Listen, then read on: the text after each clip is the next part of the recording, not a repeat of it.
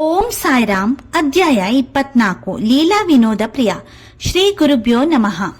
ಹಾಸ್ಯ ವಿನೋದಗಳೆಂದರೆ ಸಾಮಾನ್ಯರಿಗೆ ಪ್ರಿಯವಾಗಿರುತ್ತದೆ. ಮಾನವನಾಗಿ ಜನಿಸಿ ಮಾನವರಂತೆ ಬಾಳಿದ ಪರಮಾತ್ಮ ಸ್ವರೂಪಿ ಸಾಯಿಬಾಬಾ ಅವರಿಗೂ ಕೂಡ ಇದು ಪ್ರಿಯವೇ. ಆದರೆ ಬಾಬಾ ಅವರ ವಿನೋದಗಳು ರಂಜಕವಾಗಿಯೋ ಬೋಧಪ್ರದವಾಗಿಯೋ ಇರುತ್ತಿದ್ದವು. ಅವರು ತಮ್ಮನ್ನು ತಾವೇ ಹಾಸ್ಯಕ್ಕೆ ಗುರಿಪಡಿಸಿಕೊಳ್ಳುತ್ತಿದ್ದರು. ಕೆಲವು ವೇಳೆ ಭಕ್ತರನ್ನು ವಿನೋದ ಮಾಡುತ್ತಿದ್ದರು. ಪ್ರತಿಯೊಂದು ತಮಾಷೆಯ ಹಿಂದೆಯೂ ಒಂದು ಸಂದೇಶವಿರುತ್ತಿತ್ತು. ಇದೇ ಬಾಬಾ ಅವರ ಹಿರಿಮೆ. ಶ್ರೀ ಸಾಯಿ ಸಚ್ಚರಿತೆಯ ಲೇಖಕರಾದ ಹೇಮಾಡ ಪಂತರು ತಮಗೆ ಸಂಬಂಧಿಸಿದ ಒಂದು ಪ್ರಸಂಗವನ್ನ ಹೀಗೆ ನಿರೂಪಿಸಿದ್ದಾರೆ. ಪ್ರತಿ ಭಾನುವಾರ ಶಿರಡಿಯಲ್ಲಿ ಸಂತೆ ಸೇರುತ್ತಿತ್ತು. ಆ ದಿನ ಮಸೀದಿಯಲ್ಲೂ ಭಾರೀ ಜನಸಂದಣಿ ಇರುತ್ತಿತ್ತು. ಒಂದು ಸಂತೆಯ ದಿನ ಹೇಮಾಡ ಪಂತರು ಬಾಬಾ ಅವರ ಬಳಿ ಕುಳಿತು ಕಾಲೊತ್ತುತ್ತಿದ್ದರು. ಶ್ಯಾಮ, ವಾಮನರಾಯರು, ಬಾಪು ಸಾಹೇಬರು, ಕಾಕಾ ದೀಕ್ಷಿತರು ಅಲ್ಲಿ ಉಪಸ್ಥಿತರಿದ್ದರು. ಆಗ ಶ್ಯಾಮ್ ಅವರು ಹೇಮಾಡ ಪಂತರನ್ನು ನೋಡಿ ನಸುನಗುತ್ತಾ, ಇದೇನು ನಿಮ್ಮ ಕೋಟಿನ ತೋಳುಗಳಿಗೆ ಹುರಿಗಡಲೆ ಹತ್ತಿಕೊಂಡಿದೆ ಎಂದರು. ಹೇಮಾಡ ಪಂತರು ತೋಳನ್ನು ಅಲ್ಲಾಡಿಸಿದಾಗ ಕೆಲವು ಕಾಳುಗಳು ಕೆಳಗೆ ಬಿದ್ದವು. ಅಲ್ಲಿದ್ದವರೆಲ್ಲ ವಿನೋದಕ್ಕಾಗಿ ಅವುಗಳನ್ನು ಆರಿಸಲು ಹೋದರು. ಹುರಿಗಡಲೆ ಕಾಳುಗಳು ತಮ್ಮ ಕೋಟಿನ ತೋಳಿನಲ್ಲಿ ಹೇಗೆ ಸೇರಿಕೊಂಡವು ಎಂಬುದು ಹೇಮಾಡ ಪಂತರಿಗೂ ಅರ್ಥವಾಗಲಿಲ್ಲ.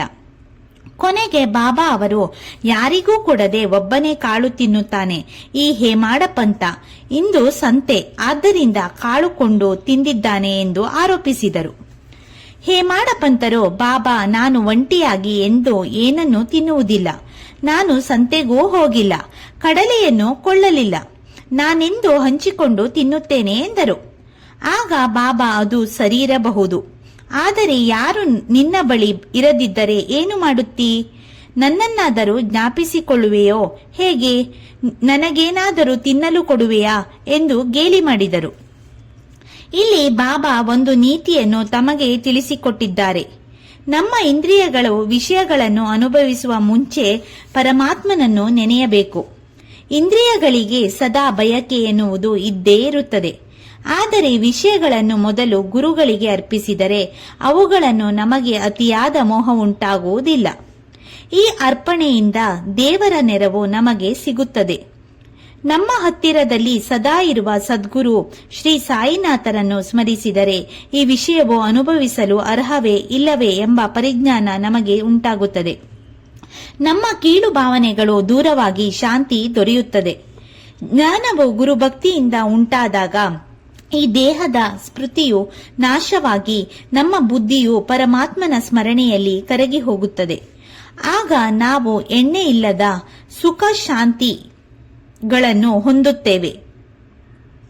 ಗುರುಗಳೇ ನಮ್ಮ ಪಾಲಿನ ದೇವರು ಎಂಬ ಭಾವನೆಯಿಂದ ಗುರು ಸೇವೆ ಮಾಡಿದರೆ ಪರಮಾತ್ಮನು ಮೆಚ್ಚಿ ನಮಗೆ ಆಧ್ಯಾತ್ಮ ಜ್ಞಾನವನ್ನು ಬೇಗನೆ ಕರುಣಿಸುತ್ತಾನೆ. ಈ ರೀತಿಯಾಗಿ ಯಾವ ವಸ್ತುವನ್ನು ಮೊದಲು ಗುರುಸ್ಮರಣೆಯಿಂದಲೇ ಇಂದ್ರಿಯಗಳಿಗೆ ಅರ್ಪಿಸಬೇಕು. ನಮ್ಮ ಮನಸ್ಸು ಈ ರೀತಿಯ ತರಬೇತಿ ಹೊಂದಿದರೆ ನಮಗೆ ಯಾವಾಗಲೂ ಬಾಬಾ ಅವರ ನೆನಪು ಬಂದು ಮನಸ್ಸು ನಿರ್ಮಲವಾಗುತ್ತದೆ. ಹಸಿವು, ಬಾಯಾರಿಕೆ, ಸಂಸಾರ ಸುಖ ಎಲ್ಲಕ್ಕಿಂತಲೂ ಮಿಗಿಲಾದ ಶಾಂತಿ ನಮಗೆ ಸಿಗುತ್ತದೆ. ಇಲ್ಲಿ ಕೃಷ್ಣನ ಆಪ್ತಮಿತ್ರ ಸುಧಾಮನ ವೃತ್ತಾಂತವನ್ನ ನಾವು ನೆನಪಿಗೆ ತಂದುಕೊಳ್ಳಬೇಕು. ಶ್ರೀಕೃಷ್ಣ ಬಲರಾಮರು ಸಾಂದೀಪಾನಿ ಗುರುಕುಲದಲ್ಲಿ ವಿದ್ಯಾರ್ಥಿಗಳಾಗಿದ್ದರು. ಸುಧಾಮ ಅವರ ಸಹ ವಿದ್ಯಾರ್ಥಿ ಹಾಗೂ ನೆಚ್ಚಿನ ಗೆಳೆಯನಾಗಿದ್ದನು. ಒಂದು ದಿನ ಕಾಡಿಗೆ ಸೌದೆ ತರಲು ಶ್ರೀಕೃಷ್ಣ ಬಲರಾಮರು ಹೊರಟಾಗ ಋಷಿ ಪತ್ನಿಯು ಇವರಿಗೆ ತಿನ್ನಲು ಕಡಲೆಯನ್ನು ಕೊಟ್ಟು ಸುಧಾಮನನ್ನು ಕಳುಹಿಸಿದಳು. ಶ್ರೀಕೃಷ್ಣನು ಸುಧಾಮನನ್ನು ನೋಡಿದ ತಕ್ಷಣ, ನನಗೆ ತುಂಬಾ ಬಾಯಾರಿಕೆಯಾಗಿದೆ, ಸ್ವಲ್ಪ ನೀರು ಬೇಕು ಎಂದನು. ಆಗ ಅವನು, ಹೊಟ್ಟೆ ಖಾಲಿಯಾಗಿರುವಾಗ ನೀರು ಕುಡಿಯಬೇಡ, ಸ್ವಲ್ಪ ವಿಶ್ರಮಿಸಿಕೋ ಎಂದನು. ಆದರೆ ತಾನು ಕಡಲೆಯನ್ನು ತಂದಿರುವ ವಿಷಯವನ್ನು ತಿಳಿಸಲೇ ಇಲ್ಲ. ಶ್ರೀಕೃಷ್ಣನಿಗೆ ಆಯಾಸವಾಗಿತ್ತು. ಸುಧಾಮನ ತೊಡೆಯ ಮೇಲೆ ಮಲಗಿ ನಿದ್ರೆ ಮಾಡಿದ್ದ. ಆಗ ಸುಧಾಮನು ಒಂದೊಂದೇ ಕಡಲೆಯನ್ನು ತಿನ್ನತೊಡಗಿದನು. ಕೃಷ್ಣನಿಗೆ ಎಚ್ಚರವಾಗಿ, ಸುಧಾಮ, ಏನಿದು ತಿನ್ನುತ್ತಿದೆಯಲ್ಲ ಎಂದು ಕೇಳಿದನು. ಅದಕ್ಕೆ ಸುಧಾಮನು, ತಿನ್ನುವುದಕ್ಕೆ ಏನಿದೆ? ಚಳಿಯಿಂದ ನಡುಗುತ್ತಿದ್ದೇನೆ. ವಿಷ್ಣು ಸಹಸ್ರನಾಮವು ನನ್ನ ಬಾಯಿಯಿಂದ ಹೊರಡುತ್ತಿಲ್ಲ ಎಂದನು. ಆಗ ಸರ್ವಜ್ಞನಾದ ಕೃಷ್ಣನು, ನನಗೊಂದು ಕನಸಾಯಿತು. ಅದರಲ್ಲಿ ಒಬ್ಬರಿಗಾಗಿ ಕೊಟ್ಟ ಪದಾರ್ಥವನ್ನ ಅವರಿಗೇ ತಿಳಿಯದಂತೆ ಇನ್ನೊಬ್ಬ ತಿನ್ನುತ್ತಿದ್ದ.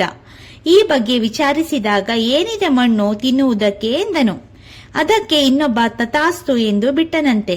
ಎಂದಾಗ ಸುಧಾಮನ ಮುಖ ಕಪ್ಪಿಟ್ಟಿತು. ಆಗ ಶ್ರೀಕೃಷ್ಣ, ಸುಧಾಮ, ಇದು ಬರಿಯ ಕನಸು ಮಾತ್ರ. ನನ್ನನ್ನು ಬಿಟ್ಟು ನೀನೇನು ತಿನ್ನುವುದಿಲ್ಲವೆಂಬ ಖಾತ್ರಿ ನನಗಿದೆ. ಕನಸಿನ ಪ್ರೇರಣೆಯಿಂದ ಹೀಗೆ ಕೇಳಿದೆ ಅಷ್ಟೇ ಎಂದು ಸಮಾಧಾನ ಮಾಡಿದನು. ಕೃಷ್ಣನ ಗೆಳೆಯನಾಗಿದ್ದರೂ ಅವರ ಮಹಿಮೆ ಸರ್ವಜ್ಞತೆಗಳನ್ನು ಸ್ವಲ್ಪವಾದರೂ ತಿಳಿದಿದ್ದರೆ ಸುಧಾಮ ತನ್ನ ಜೀವನದಲ್ಲಿ ಕಡು ಬಡತನವನ್ನ ಅನುಭವಿಸಬೇಕಾಗಿರಲಿಲ್ಲ. ನಂತರ ಕೋಣೆಯಲ್ಲಿ ಅವನು ನೀಡಿದ ಒಂದು ಹಿಡಿ ಅವಲಕ್ಕಿಯು ಮನಪೂರ್ವಕವಾಗಿ ಸಮರ್ಪಿತವಾದ್ದರಿಂದ ಶ್ರೀಕೃಷ್ಣನನ್ನು ಮೆಚ್ಚಿ ಅಷ್ಟೈಶ್ವರ್ಯಗಳನ್ನು ದಯಪಾಲಿಸಿದನು. ಅನೇಕ ಸಲ ತಮ್ಮ ಹತ್ತಿರದ ಭಕ್ತರ ನಡುವೆ ಬಂದ ವಾದ ವಿವಾದಗಳನ್ನು ಸರಸವಾಗಿ ಬಾಬಾ ಅವರು ಬಗೆಹರಿಸುತ್ತಿದ್ದರು. ಒಂದು ದಿನ ಕೆಲವು ಭಕ್ತರು ತಮ್ಮದೇ ಆದ ರೀತಿಯಲ್ಲಿ ಬಾಬಾ ಅವರ ಸೇವೆಯನ್ನ ಮಾಡುತ್ತಿದ್ದರು. ಬಹಳ ನಿಷ್ಠೂರವಾದಿಯಾಗಿದ್ದ ದಾಮೋದರ್ ಬಾಬ್ರೆ ಅವರ ಎಡಗೈಯನ್ನು ಹಿತವಾಗಿ ಹಿಸುಕುತ್ತಿದ್ದ. ವೇಣುಬಾಯಿ ಕೌಜಲಗಿ ಎಂಬ ವೃದ್ಧೆಯು ಅವರ ಬಲಗೈಯನ್ನು ತಿಕ್ಕುತ್ತಿದ್ದಳು. ಹೀಗೆ ಮಾಡುತ್ತಿದ್ದಾಗ ಆಕಸ್ಮಿಕವಾಗಿ ವೇಣುಬಾಯಿಯ ಮುಖ ಬಾಬಾರೆ ಅವರ ಮುಖಕ್ಕೆ ತಗುಲಿತು. ಆಗ ಅವಳು, ಈ ಅಣ್ಣ ಬಹಳ ತುಂಟ, ವಯಸ್ಸಾದರೂ ಅವನಿಗೆ ನಾಚಿಕೆ ಇಲ್ಲ, ನನಗೆ ಮುತ್ತಿಡಲು ಪ್ರಯತ್ನಿಸುತ್ತಿದ್ದಾರೆ ಎಂದು ಗೇಲಿ ಮಾಡಿದಳು. ಬಾಬಾರಿಗೆ ವಿಪರೀತ ಸಿಟ್ಟು ಬಂದಿತು. ನಾನೇನು ಅಷ್ಟು ಅಯೋಗ್ಯನೇ? ಕಾಲು ಕರೆದುಕೊಂಡು ಜಗಳಕ್ಕೆ ಬರಬೇಡ, ಮೂರ್ಖ ಮುದುಕಿ ಎಂದು ಅಬ್ಬರಿಸಿದನು. ಈ ಮುದುಕರ ಜಗಳವನ್ನ ನೋಡಿ ಇತರರು ಜೋರಾಗಿ ನಕ್ಕರು. ಬಾಬಾ ಇಬ್ಬರನ್ನು ಸಮಾಧಾನಪಡಿಸಲು ಯತ್ನಿಸಿದರು.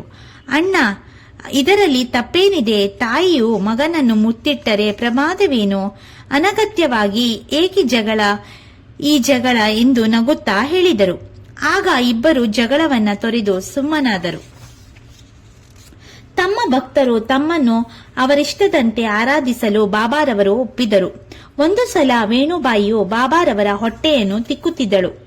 ಆ ಮುದುಕಿ ಎಷ್ಟು ರಭಸವಾಗಿ ಹೊಟ್ಟೆಯನ್ನು ತಿಕ್ಕುತ್ತಿದ್ದಳೆಂದರೆ, ಕೆಲವರು, ತಾಯಿ ಸ್ವಲ್ಪ ಮೆಲ್ಲನೆ ತಿಕ್ಕಿರಿ, ಇಲ್ಲದಿದ್ದರೆ ಬಾಬಾರವರ ಕರುಳು ಕಿತ್ತು ಹೊರಬಂದಾವು ಎಂದು ನಕ್ಕರು. ಇದನ್ನು ಕೇಳಿದ ಬಾಬಾರವರಿಗೆ ಸಿಟ್ಟು ಬಂದಂತಾಯಿತು. ಕೂಡಲೇ ಆಸನದಿಂದ ಎದ್ದು ತಮ್ಮ ದಂಡವನ್ನು ನೆಲಕ್ಕೆ ಕುಟ್ಟಿದರು. ಕೋಪದಿಂದ ಬಾಬಾ ಕಣ್ಣುಗಳು ಕೆಂಪಾದವು. ಅವರು ದಂಡದಿಂದ ತಮ್ಮ ಹೊಟ್ಟೆಯನ್ನು ಕಂಬವನ್ನ ಸೇರಿಸಿ ಒತ್ತಿಕೊಳ್ಳಲು ಆರಂಭಿಸಿದರು. ಆ ದಂಡ ಬಾಬಾರವರ ಹೊಟ್ಟೆಯಲ್ಲಿ ಪೂರ್ತಿಯಾಗಿ ನಾಟಿತು. ಅಲ್ಲಿದ್ದ ಜನ ತುಂಬಾ ಗಾಬರಿಯಾದರು. ಆದರೆ ಯಾರಿಗೂ ಅವರ ಹತ್ತಿರ ಹೋಗುವ ಧೈರ್ಯವಿರಲಿಲ್ಲ. ಬಾಬಾರವರು ಸಾಮಾನ್ಯ ಮಾನವರೆಂದು ತಿಳಿದು ಸ್ವಲ್ಪ ಜಾಗರೂಕರಾಗಿ ಹೊಟ್ಟೆಯನ್ನು ತಿಕ್ಕಿ ಎಂದು ಅವರು ಹೇಳಿದ್ದರೆ ವಿನಾ ಬೇರೆ ಯಾವ ರೀತಿಯಿಂದಲೂ ಅಲ್ಲ. ಭಕ್ತರ ಸೇವೆಗೆ ಅಡ್ಡ ಬಂದದ್ದು ಅವರಿಗೆ ಇಷ್ಟವಾಗಿರಲಿಲ್ಲ. ಆಗ ಸ್ವಲ್ಪ ಹೊತ್ತಿನಲ್ಲಿಯೇ ಬಾಬಾ ಶಾಂತರಾದರು. ತಮ್ಮ ಹೊಟ್ಟೆಯಿಂದ ದಂಡವನ್ನ ತೆಗೆದು ಮತ್ತೆ ಆಸನದ ಮೇಲೆ ಕುಳಿತರು. ಅಂದಿನಿಂದ ಭಕ್ತರು ಸಾಯಿಬಾಬಾ ಅವರ ಸೇವೆಯನ್ನು ಮಾಡುತ್ತಿರುವಾಗ ಮಧ್ಯಪ್ರವೇಶಿಸುವುದು ತಪ್ಪೆಂದು ಭಕ್ತರು ಅರಿತರು. ಭಕ್ತರು ತಮಗೆ ಮಾಡುವ ಸೇವೆಯ ಬೆಲೆ ಹಾಗೂ ಗುಣಮಟ್ಟಗಳನ್ನು ಅಳೆಯುವ ಶಕ್ತಿ ಬಾಬಾರವರಿಗೆ ಹೊರತು ಬೇರೆಯವರಿಗೆ ಇರಲಿಲ್ಲ. ಶ್ರೀಕೃಷ್ಣನು ಯಾರು ನನ್ನನ್ನು ಯಾವ ರೂಪದಲ್ಲಿ ಹೇಗೆ ಆರಾಧಿಸುವರೋ ಅವರಿಗೆ ಅದೇ ರೂಪದಲ್ಲಿ ಹಾಗೆಯೇ ಒಲಿಯುತ್ತೇನೆ ಎಂದು ಭಕ್ತರಿಗೆ ನೀಡಿದ ಆಶ್ವಾಸನೆಯನ್ನು ಬಾಬಾ ಸತ್ಯವಾಗಿ ತೋರಿಸಿಕೊಟ್ಟಿದ್ದರು. ಅವರ ಪ್ರತಿಯೊಂದು ಚಲನವಲನ ಚಟುವಟಿಕೆ, ಸಿಟ್ಟು, ವಿನೋದಗಳಲ್ಲಿಯೂ ಭಕ್ತರಿಗೆ ಹಾಗೂ ಸಜ್ಜನರಿಗೆ ಕಲಿಯಲು ಪಾಠವಿತ್ತು. ವ್ಯರ್ಥವಾಗಿ ಯಾವುದನ್ನು ಅವರು ಮಾಡುತ್ತಿರಲಿಲ್ಲ. ಬಾಬಾರವರ ಸ್ಮರಣೆಯನ್ನು ಮಾಡಿದರೆ ಎಂದಿಗೂ ವ್ಯರ್ಥವಾಗುವುದಿಲ್ಲ ಎಂಬಲ್ಲಿಗೆ ಶ್ರೀ ಸಾಯಿ ಸಚ್ಚರಿತೆಯ 24ನೇ ಅಧ್ಯಾಯವು ಸಂಪೂರ್ಣವಾಯಿತು. ಓಂ ಶ್ರೀ ಸಾಯಿನಾಥಾಯ ನಮಃ.